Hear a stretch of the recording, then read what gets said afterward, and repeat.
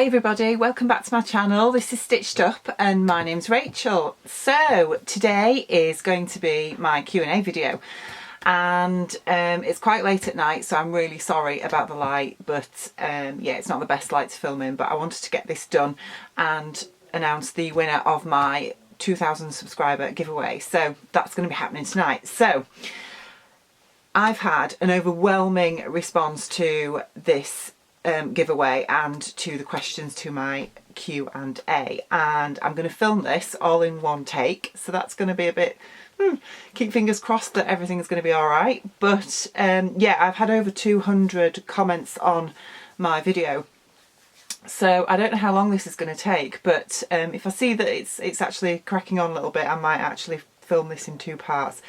So please bear with me, but we'll just get straight onto it. So I'm going to work through people's questions and I'm going to be honest with you. I haven't actually, I'm just looking at my computer screen now, and I haven't actually looked through many of the comments. So for all of you that actually did comment on this video, please don't be offended that I've not replied to each individual one. Obviously there's been over 200, so I'm going to work through them all now and answer as many as I can. So the first one was from Terry. So hi Terry, if you're watching. Terry has asked, what's the one thing that I love and hate the most about sewing? The thing I love about it is the fact that I can make something that fits me, not perfectly, but better than ready to wear. So some of my key fitting issues are that I've got long arms, that I've got a broad back, and obviously I'm tall, and that presents lots of problems in ready to wear for me. For instance, if I buy a coat, I usually have to buy it at least one size bigger than what I need, usually two sizes bigger, and that's a combination of to fit me across my back, but also to have the length in the arms, but then I find that the front is too voluminous. Whereas obviously sewing my own means that I can make it fit me with those necessary adjustments. So that's something that's really great. In addition, dresses, I think as well, because I'm tall, going to buy a ready-to-wear dress, what I find is that the waist is too high, so it's actually up around my ribs rather than on my natural waist, and they tend to be too short as well. So I would say they're the things that I love most about sewing my own. The things I hate about sewing, I think, gosh, now then, there's a few fiddly bits that, I guess techniques that are always a little bit more challenging. Things such as bound buttonholes, they're a bit of a nemesis. I've tried them a few times and I can't get them right, so that's one thing. Even normal buttonholes. Now I've got my new Pfaff sewing machine, that works actually really well on there, but previously on my old fairly cheap Janome sewing machine, the buttonholes were really temperamental and I used to come out in a cold sweat. So I would say that, yeah, the things I hate are those fiddly techniques that you know that you've got to get right when you've put a lot of effort into making something, and it's those finishing little details, and I've had so many times where it's just totally gone wrong. And yeah, so I would say that they're the things that I love and hate. Okay, so next one. How much time? So this is from Muriel Bailiwick. Muriel's asked, how much time do you think you spend each month or week on sewing or sewing related stuff? So then Muriel, I would say I tend to sew mostly on a weekend. I don't tend to do much during the week, mainly because I'm working. I work 8 till 5, Monday to Friday, and yeah, I get home and I'm just too tired on a night, to be honest. So this time of year I tend to do a bit of knitting, sat in front of the TV, and I know that I could probably snatch half an hour here and there on a night to do a little bit of sewing. And if I'm pressured, so if I've got a project on the go that I really need to get done, then I would say that I would probably do a little bit on the night during the week, but otherwise I tend to leave it till the weekend. So so yeah, really just the weekends.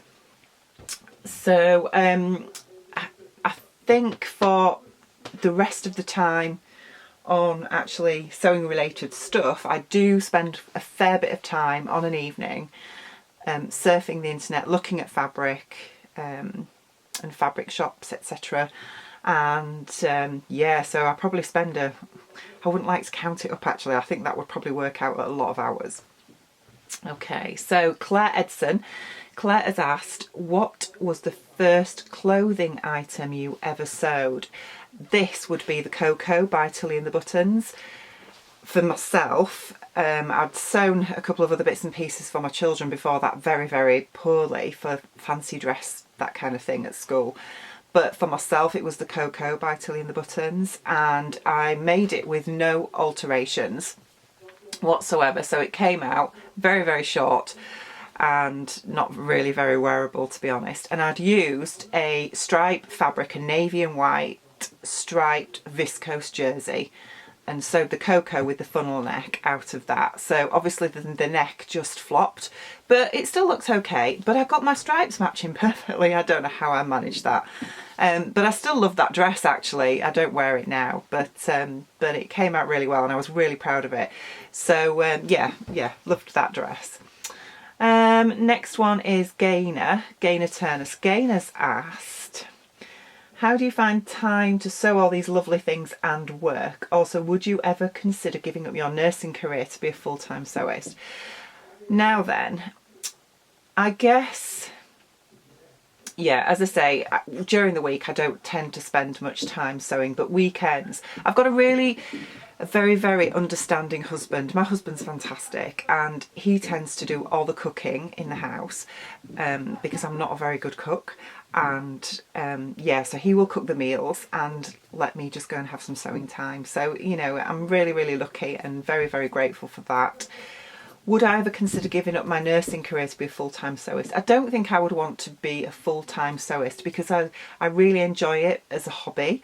And I think if it had to be my main source of income, I think I would have that level of stress thinking I've got to do this to earn money. So even the times when I didn't want to sew, I would have to do that.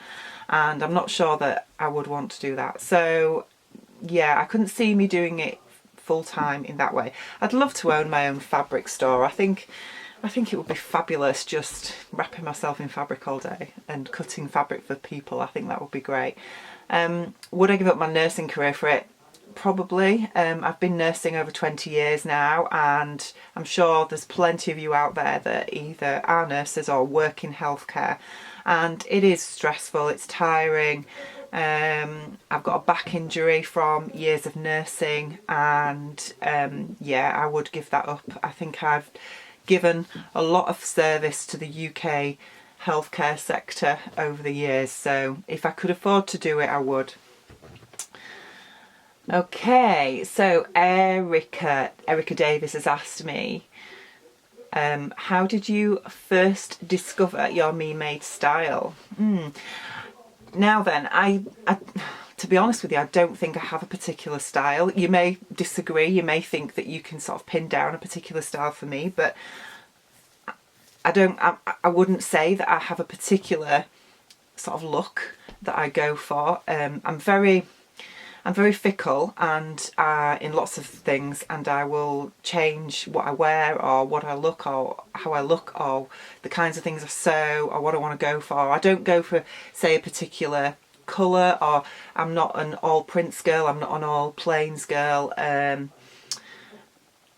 Yeah, it's just it can be anything. I'll just see something and think I really like that and I want to wear it, or I want to make it and wear it. So I don't think I have a particular style as such. So yeah, it really is just a case of if I see something that catches my eye, whether that's fabric or a pattern, then I'll buy it and have a go and see if it works out. It doesn't always, but yeah, that's how it is. Next one is Lene Jensen has asked me, how old were you when you started sewing? I think I did a little bit when I was young, very young, and at school, probably, I don't know, 9, 10 years old, that kind of thing, at primary school. Not really you know, just as you do at school when you have lessons in how to sew things and put things together, that kind of thing. But I didn't take it at secondary school, and I didn't come back to it until I'd had my daughter, and that's when I bought a very, very cheap Brother sewing machine, and it wasn't very good, and I found it really difficult to use. But I only used it really for making a few little craft things, and I would get very disappointed because I'd see these gorgeous little crafty things on the internet and think, oh, they look so professional and they must be really easy to do, like these little filled love hearts that you can hang up like little hanging decorations, and I'd have a go at making them and they just look rubbish. So yeah, that was a bit of a learning curve. And then obviously when you have children and they have their plays at school, that kind of thing, and quite often you have to, you know, at Christmas for instance, they've got to dress up like, I don't know, a sheep or a wise man or something like that. And so I would have a go at putting them a little outfit together on the sewing machine. So I think that was really when I started. So I'm probably looking at when I was about 28, 30 years old, something like that. I didn't really make anything for myself then, because at that point, to be honest, I mean, we're talking sort of 15 years ago, and at that point sewing really wasn't very cool, and at that age I did want to be cool. Even though I was a mum, I still wanted to be quite trendy, and yeah, bought all my clothes. So I didn't start sewing for myself until 2014, and that was only because one of my neighbours who moved near to us, we became very good friends, and she was very into sewing her own clothes and knitting and all that kind of thing, and she taught me to sew quite well, so, and it just took off from there. So yeah. Eileen Rafferty would like to ask how I organise my time. I think I've answered that, Eileen, already. I've got there are a few duplicate questions, so obviously I won't go into those again. What else have we got? Bev Tooth has asked, what's been my favourite make and what's been my most disastrous make? Oh gosh, now then, my favourite make I think would probably be, up until the wedding earlier this year, it would have to be my daughter's prom dress, because to see her in that dress with that huge smile on her face and how happy she was, and that I'd contributed to that on a really special day, that was something else. And then obviously, as stressful as it was, I think making the wedding outfits earlier this year for my dad's now wife and the bridesmaids and my dress as well. Yeah, they've got to be high up there on my list of favourites, I guess. They're quite involved makes, obviously, making those kinds of things, but when you put all that effort into something and it works out, that's really, really quite nice. My most disastrous make, gosh, there's been loads, to be honest. I can't think of anything in particular, but there's been quite a few where I've just got the sizing totally wrong. I don't tend to measure myself regularly because I get sort of fixated on I'm this size, and my shape obviously never changes generally, but my size changes quite a lot. The end of last year, probably 2-3 months after I'd started vlogging, I lost a lot of weight. I was having a lot of difficulties with my daughter at the time, and it was a lot of stress, put me under a lot of stress, and yeah, I lost a lot of weight and I was very, very thin, and I've put a lot of that back on now and I'm a lot bigger, and a lot of the clothes I made in some of those early vlogs now I can't get on. So yeah, but I'm still sort of thinking I'm still that size and I can still make things that size and get them on, and I have made a few errors like that, and it's just been a bit of a So there's been loads of disastrous makes. There's been a few where I've had some really lovely fabric and I've got myself in such a state with whatever it is I've been making that I've ended up just throwing it in the bin. So yeah. Okay, so let's have a look. This is from Andrea Lane. Hi Andrea, if you're watching. Do you ever repurpose things you've made that you don't like on you? Well, generally no, I don't, and that's really bad because we're supposed to be thinking about being sustainable and reusing and recycling, that kind of thing. And yeah, I think if I've made things that I haven't liked, I've tended to give them away, either to my daughter because she's very similar size to me now, or I've sent them off to the charity shop. That's really bad, isn't it? And I really should actually reuse them. Actually, saying that, just hang on one sec.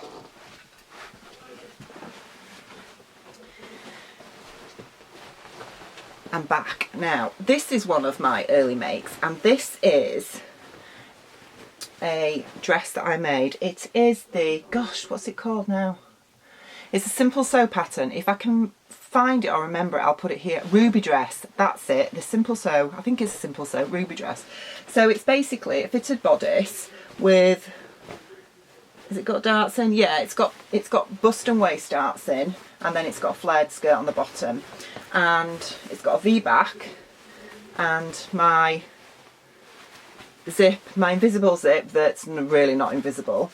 And when I made this, it's got a facing in as well, which I just used in white cotton, and I really love this fabric. This is a cotton poplin fabric. I'll just bring it closer so you can have a look. Just let that focus. Is it going to focus today? Because I know my last video wasn't focusing very well at all. There we go. So it's got a really lovely print. It's cream and navy, and I made this not long after I'd started sewing, and I wore it once, but it's just too gapey because I've got quite a, I'll just let it, hello, there we go, I was out of focus then. So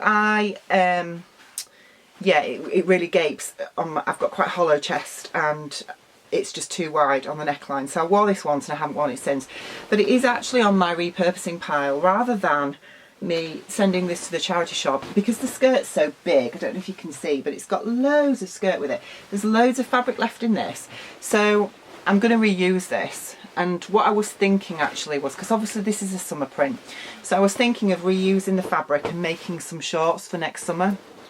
So I am starting to think more sustainably. So yeah, so that's that one. What else have we got? Okay, so Barbara Eckenfels. Hi Barbara, sorry I had to read your name there. Barbara's asked me, where do you get your inspiration for your sewing ideas? Do you have favourite magazines, vlogs or blogs? Do you have other hobbies, loves besides sewing and knitting? Okay, right, a few questions there then Barbara. So where do I get my inspiration from? Loads of places, to be honest. It's generally the internet, because there's so much on the internet now, isn't there? And yeah, I'll just be looking on the internet, browsing on there, and I'll see bits on there and think, oh, I really like that, I could have a go at that. I'll look at a lot of clothes sites as well, a lot of retail sites, and see ideas on there and think, have I got fabric that's similar or a pattern that's similar, that kind of thing. And yeah, it's that kind of thing really. Favourite magazines, vlogs or blogs? I don't really have a favourite magazine. Vlogs, there's quite a few sewing vlogs that I watch. I've just started watching a few knitting podcasts actually, and they're quite nice to watch, especially if I'm sewing. I can have the podcast on in the background, and that's quite good. But I can't think of any particular knitting vloggers that I watch regularly. Vlogs that I love, there's loads. I subscribe to a lot now, but key ones, I love Kittenish Behaviour. I just think Shan is fantastic. I really do. How she has the energy to vlog every day, I will never know. But she's just great. I love watching her go through her daily life each day. It's really quite fun. I also love Cheryl Temple from Stitchy Bee. I just think Cheryl is she's such a lovely, warm lady. She's so kind and generous, and she's so humble as well. So I really enjoy watching her vlogs. I love the Stitch Sisters. I think their vibrancy and energy is just infectious, and they have such a good sense of humour, and as a double act they work so well together, and I think that's great to see in the sewing community. I also love Amanda from I Sew A Lot. Hi Amanda, if you're watching. Yeah, she's just, her makes are just incredible. She has the most she's just got this amazing talent that whatever she makes just fits her impeccably, and I just don't know how she does it. So yeah, I love watching Amanda as well. So they're the few that sort of just spring to mind straight away. Blogs, I used to, when I first got into sewing, I used to read a lot of sewing blogs, but they seem to have fallen off the radar a bit. So the ones I used to read, I loved Ladybird. I used to read that a lot. What else? Who else did I read? Tilly's. Before Tilly obviously started her sewing pattern business, she used to blog a lot, and I used to read her blogs. So I used to she was one of the first ones that I used to read. So they're the two that just spring to mind really. But I don't tend to.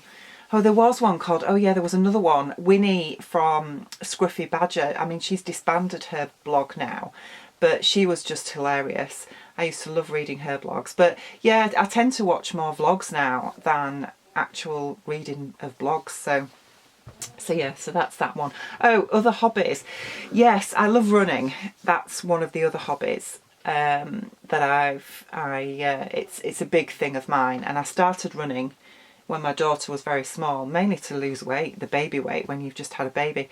And I've generally kept it up, but I go through fits and starts.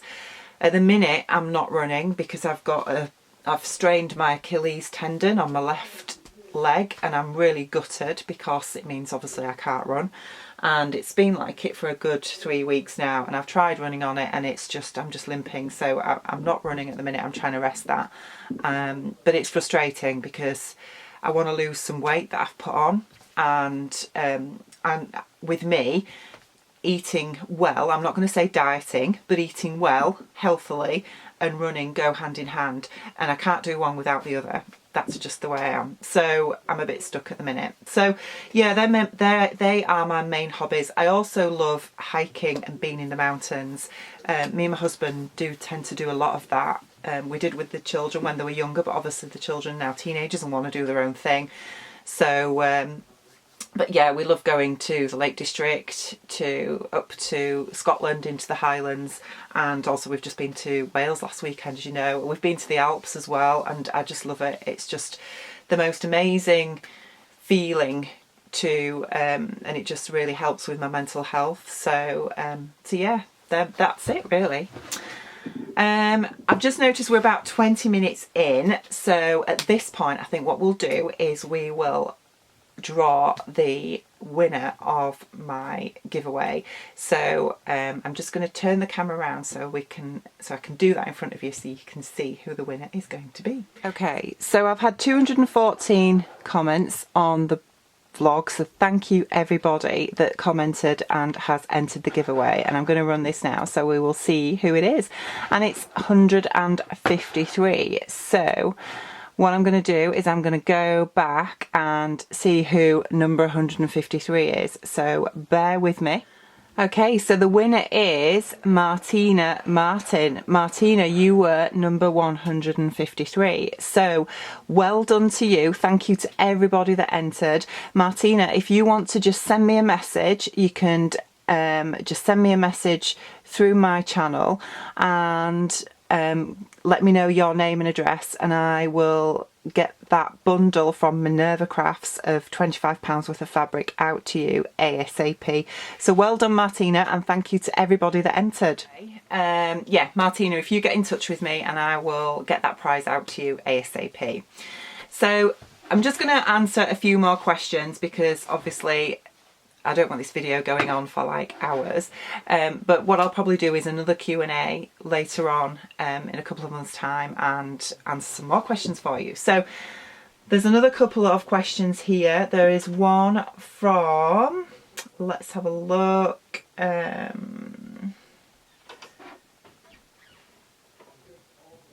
Okay, there's one here from Michael Jimenez, is it? He's asked me, would you show us your local fabric shop that you mentioned in this vlog? I'd love to see your town, especially your favourite fabric shop.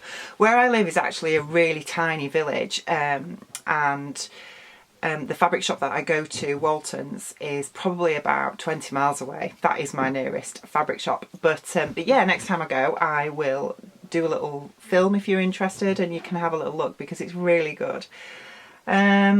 Elaine Elena Penn has asked me, tell us about your sewing machine and overlocker. Why have you chosen them? Where did you buy them? Any suggestions for us? Thank you.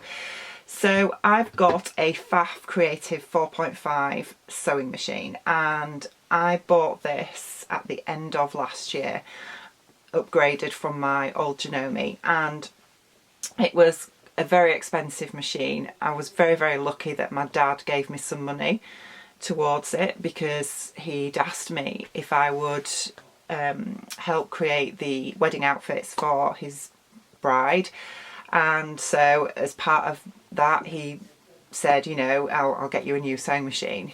So yeah, which was just amazing. So I absolutely love this sewing machine. It's just amazing. I also have the embroidery unit for it as well, because it is a combination, but I've not actually really done much embroidery yet. It scares me to death, to be honest. So I do need to have a little bit of a more practice on that. The overlocker, obviously, I've just got a Baby Lock Imagine as well, and I'm still getting used to that, but I absolutely love it. It's just incredible. So I'm just sewing loads of jersey things at the minute because I love it so much. Okay, so Anna Lamb. Hi Anna. Anna's asked me, Stitched Up, did you call yourself that purely because you sew and or because you stitch people up in your medical work? That's really good, actually.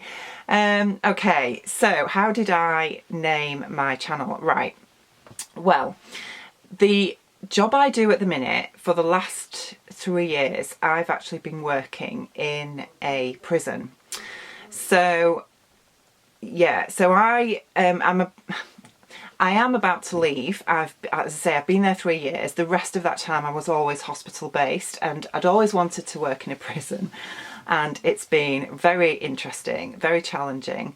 But yeah, I've actually got a new job that I'm going to be starting in January. I've got my first job as an advanced practitioner, so I'm really excited to be starting that in January, and that is going to be in general practice. So, but just getting back to the question, Stitched Up, I wanted something that was quite sort of punky, really, that really fit with the sewing theme, probably the knitting theme as well, because obviously I do occasionally knit, and also that sort of had a bit of a tie-in to what I did, and that's why I came up with Stitched Up, because obviously people that end up in prison, they use the term I've been stitched up, and obviously I work in a prison, and that's where the tie is. So, but I do like that though. Do you stitch people up in your medical work? I don't suture, well, we call it suturing, but no, I don't stitch people, but yeah, I like that. But yeah, that's where Stitched Up comes from. Right. Karina from Lifting Pins and Needles. Hi Karina. Silly question about running. Because Karina, you're also a runner. Wow, I didn't know that. What's your 10k best time? My 10k best time is about 52 minutes. Yeah, and that is a few years ago. I'm not at that pace at the minute because obviously I've got an injury anyway, but yeah, my aim was always to get under 50 minutes and I never quite made it. So yeah, that's about my best time, about 52 minutes, but it is about 6 or 7 years ago that I did that. My 10k time at the minute is round about an hour and 2 minutes, something like that. So I've lost a lot of fitness. So yeah, that's that one. Okay.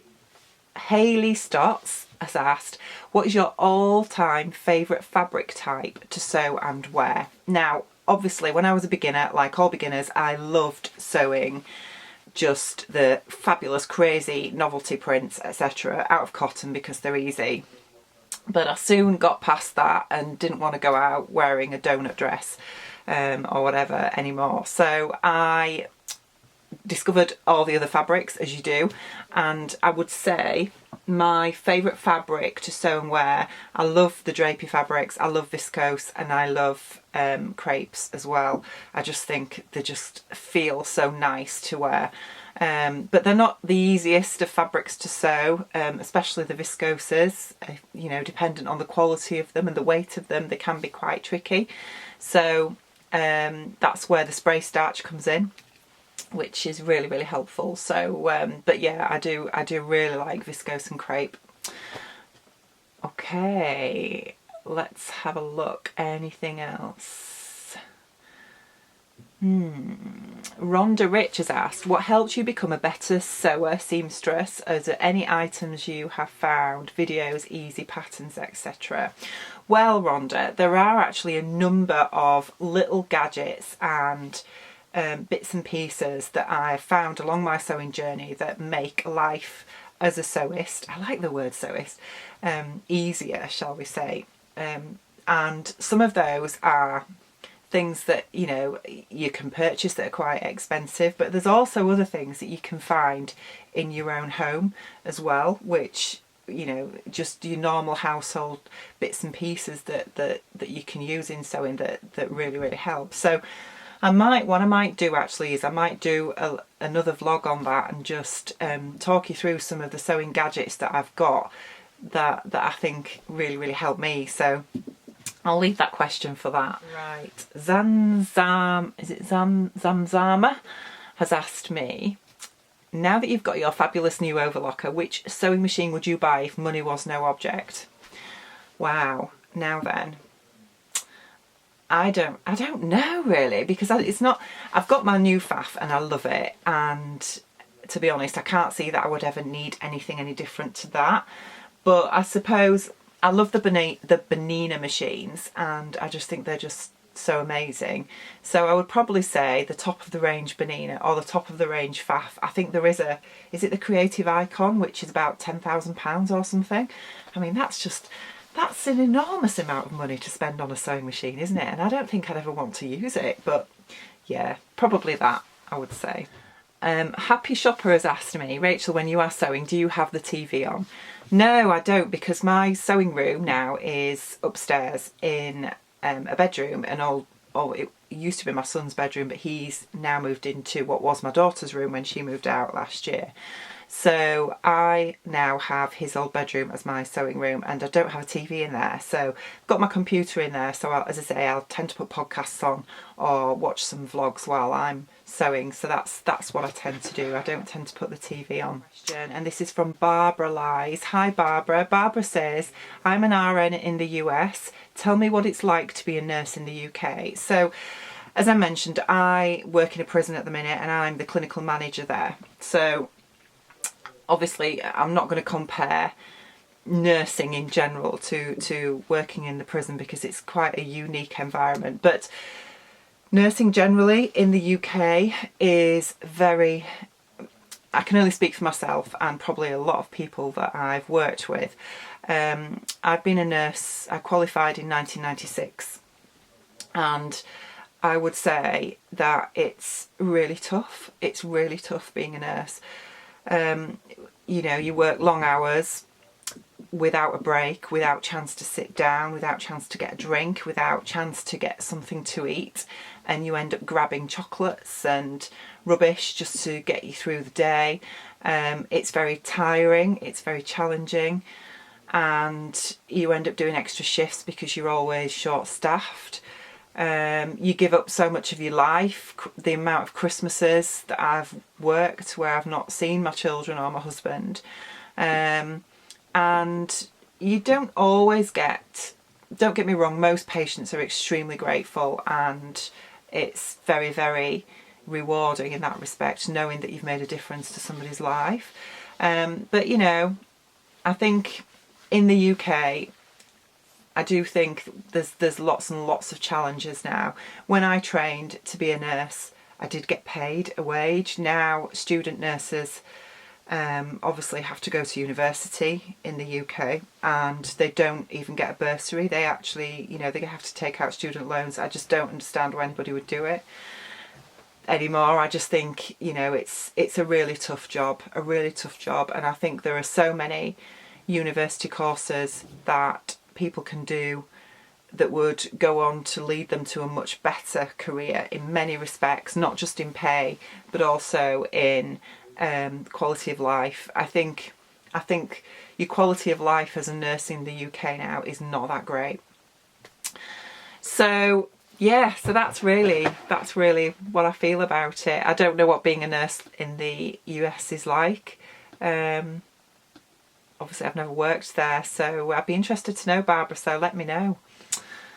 Okay, and so the last question that I'm going to answer tonight, I'm just picking one now from Jojo Hodges. Jojo has asked me, have you had much success making trousers? She had an epic fail with the Ultimate trousers. How do you get them to fit properly? Well, if you looked at my Camille trousers, obviously they didn't fit me that well because I lowered the crotch too much, etc. So, you know, I'm still happy with them. I'll wear them, but yeah, I'm still going to have to tinker with them.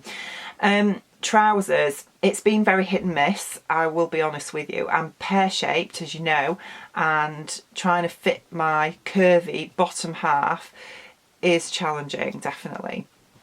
So I made the Ultimate trousers and I've had difficulty with those as well for varying degrees. I think when I first printed out the pattern I didn't get the scale right, so I made up a muslin of the pattern to start with and I couldn't get them on. But I think the fabric that I chose when I made the muslin was didn't have any stretch in it, and those trousers are designed to be used with a stretchy woven fabric. So I did have to hack at that pattern quite a lot to get it to fit me.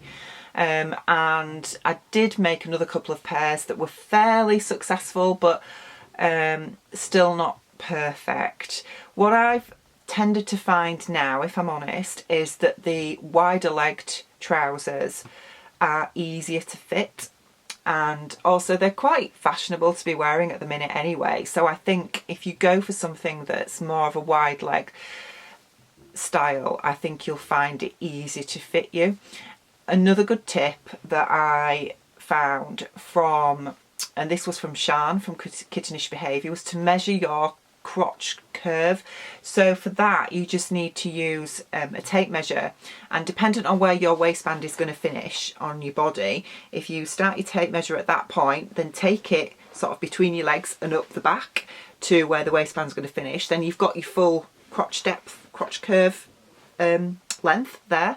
And with a few calculations you can figure out on your pattern if the crotch depth is going to fit you and if you need to make any adjustments there. So I think that yeah, trousers are easy to sew, but yeah, not always straightforward. I have made the Sewaholic Thurlow trousers before as well. That I made those early on when I started sewing, and I didn't have much success with those either. And they're designed for a pear shape, and they were a total fail. I couldn't get them to fit me at all. So again, I don't know whether that was actually more my inexperience as a sewer, or whether it was actually the pattern. I think it's more the former. I think it was more me than the pattern, because I've seen lots of versions of those and people say that they work really well.